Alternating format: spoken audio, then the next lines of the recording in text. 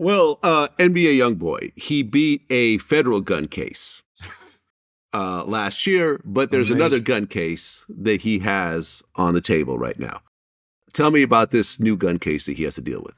Yeah, it's interesting. It's a federal case in and of itself, and it's hard to beat these feds. The fact that he beat the first one was outrage. His whole life is amazing. If you wanted to compare it to anybody, you look at somebody like Tupac.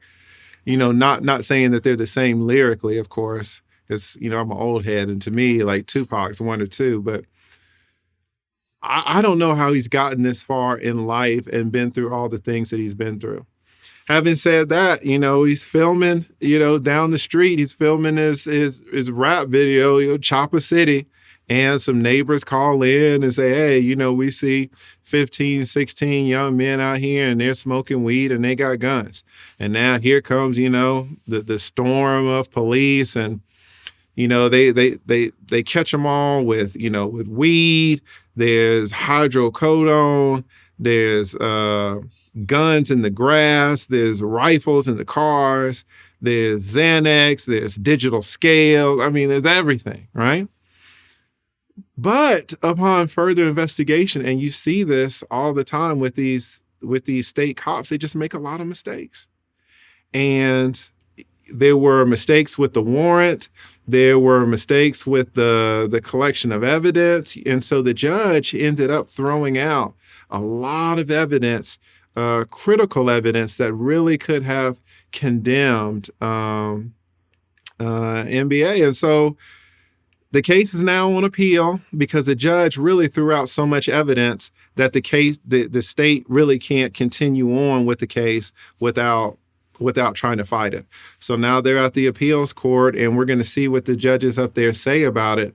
But it does look like his constitutional rights were violated. And it kind of seems from what the judge was saying that, some of the information provided on these reports, it was wrong. But then you get to where, was it wrong intentionally? Was this information fabricated, right? Were they really trying to get him? So, I'm rooting for him. He's been through so much in his life. I just really, you see all these cases, Vlad, and it's like, these young brothers, man, obviously they're intelligent. Obviously they have skills, and they are presented with life-changing money.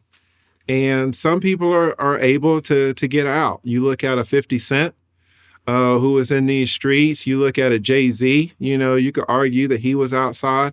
You look at a Lil Wayne, right? He was engaged in gunplay, shot himself. You always used to see him back in the day with the red flag, and, look at him now, he's calm. You look at 50 Cent now, Jay-Z, they're calm.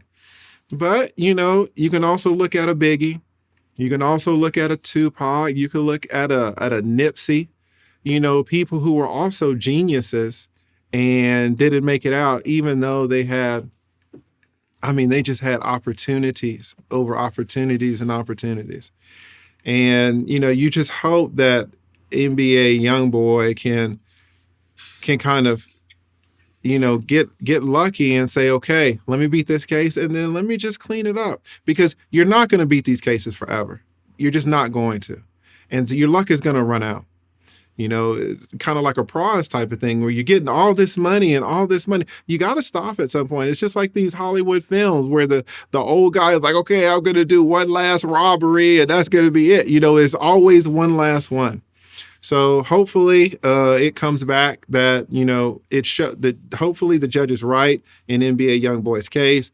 The appellate court finds that his rights were violated and the state dismisses it, or the government dismisses it.